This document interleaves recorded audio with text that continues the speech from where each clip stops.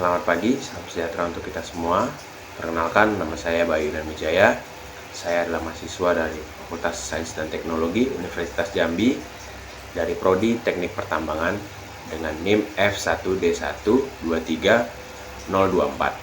Sekarang saya akan menjelaskan dengan singkat bagaimana proses penambangan, produk-produk yang ada di dalam pertambangan, dan juga proses pembentukan produk tambang tersebut. Pertama-tama saya akan menjelaskan apa itu pertambangan.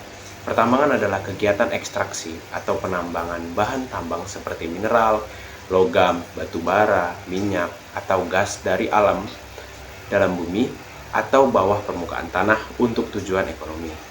Kegiatan ini melibatkan proses pengeboran, peledakan, penggalian, dan pemrosesan material tambang agar dapat digunakan dalam berbagai industri pertambangan. Pertambangan memiliki peran penting dalam perekonomian global, tetapi juga dapat berdampak negatif pada lingkungan jika tidak diatur dengan baik. Oleh karena itu, pengelolaan pertambangan yang berkelanjutan dan ramah lingkungan menjadi perhatian utama dalam industri ini. Selanjutnya, saya akan menjelaskan berbagai produk tambang yang ada di Indonesia. Indonesia memiliki beragam produk pertambangan karena kekayaan sumber daya alamnya yang melimpah.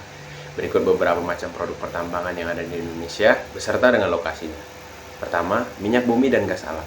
Minyak bumi terutama dieksploitasi di Sumatera, yaitu Provinsi Riau, Sumatera Selatan, dan juga terdapat di Pulau Jawa, yaitu Jawa Timur, di daerah Cepu dan Bojonegoro. Juga terdapat gas alam ditemukan di daerah yang sama dengan minyak bumi seperti Riau, Sumatera Selatan, Jawa Timur, dan Kalimantan Timur. Produk yang kedua adalah batu bara. Lokasi deposit batu bara terbesar berada di Kalimantan Timur, Kalimantan Selatan. Juga ada di Sumatera bagian selatan, Sumatera Barat, dan juga Papua. Produk yang ketiga adalah nikel, terutama ditambang di Sulawesi Tenggara, Sulawesi Selatan, dan juga Maluku. Keempat, ada produk emas. Emas dieksploitasi di Papua, di daerah Timika dan Grasberg, Jawa Tengah, di Tumpang Pitu, dan beberapa daerah lain. Kelima, ada tembaga. Tembaga utamanya ditemukan di Papua, yaitu di daerah Timika dan Grasberg. Dan juga ada di Jawa Barat, di daerah Cikole. Keenam, ada timah. Tambang timah terbesar di Indonesia berlokasi di Kepulauan Bangka Belitung. Dan ini adalah termasuk tambang timah terbesar di dunia. Ketujuh, ada tambang bauksit. Lokasi utama bauksit ada di Pulau Riau, yaitu di Pulau Bintan. Ada juga di Kalimantan Barat, di Ketapang, dan beberapa wilayah lainnya. Kedelapan, ada kromium. Ditemukan terutama di Sulawesi, di daerah Morowali. Dan juga kesembilan, ada besi. Tambang biji besi terdapat di Kalimantan Timur, dan juga ada di Sumatera Selatan. Kesepuluh, ada produk mangan. Mangan dieksploitasi di Pulau Timur, itu di Tenggara Timur. Ke-11 ada gamping atau limestone. Gamping utamanya ditemukan di Jawa, yaitu Jawa Tengah dan Jawa Timur. Ke-12 ada pasir silika. Pasir silika diekstraksi dari berbagai daerah, termasuk Jawa Tengah, dan juga Jawa Timur, dan juga di Sumatera Selatan. Ke-13 ada produk serpentin. Serpentin ditambang di Maluku, Halmahera. Ke-14 banyak juga mineral-mineral lain seperti gipsum, granit, marmer, dan juga lebih banyak lagi. Indonesia termasuk dalam Ring of Fire atau cincin api karena negara ini terletak di sekitar tepian cincin lingkaran Samudra Pasifik yang merupakan daerah dengan aktivitas geologis yang sangat tinggi. Hal ini dinamakan pergerakan lempeng tektonik.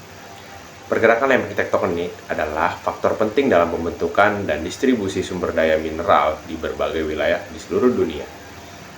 Dalam konteks ini, pergerakan lempeng dapat memiliki dampak yang signifikan pada peluang produk pertambangan. Berikut adalah 3 jenis pergerakan lempeng dan dampaknya terhadap peluang produk pertambangan.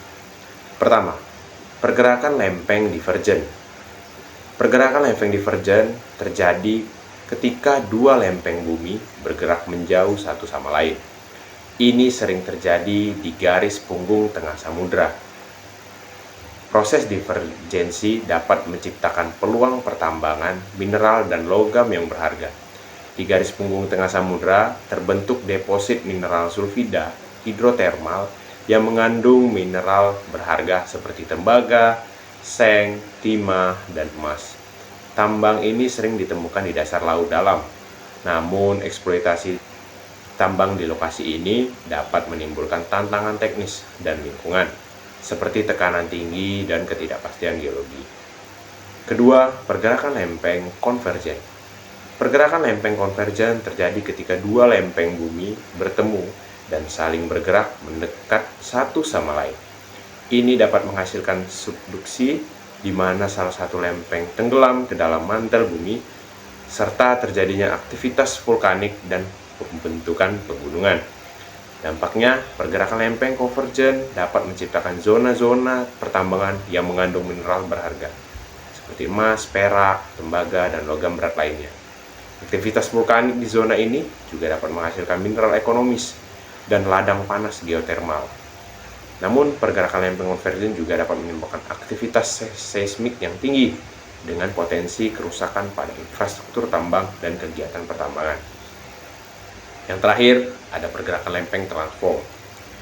Pergerakan lempeng transformasi ini terjadi ketika dua lempeng bumi bergerak sejajar satu sama lain, tetapi dalam arah yang berlawanan atau berbeda kecepatannya. Ini sering terjadi di batas patahan. Dampaknya, pergerakan lempeng transform dapat menciptakan gempa bumi signifikan. Gempa bumi ini dapat mengganggu operasi pertambangan, menyebabkan kerusakan pada fasilitas dan infrastruktur, dan menghambat produksi. Namun, seiring waktu, batas patahan ini juga dapat menciptakan peluang pertambangan, terutama untuk mineral yang terkandung dalam batuan yang terlipat dan patah, seperti tembaga, emas, dan perak. Dalam semua jenis pergerakan lempeng ini, pemahaman yang baik tentang geologi, regional, dan dampak potensial terhadap operasi pertambangan sangat penting. Pertambangan yang berkelanjutan juga harus mempertimbangkan mitigasi risiko terkait pergerakan lempeng dan menjaga standar keselamatan yang tinggi untuk melindungi pekerja tambang dan lingkungan sekitar. Sekian dari saya, terima kasih.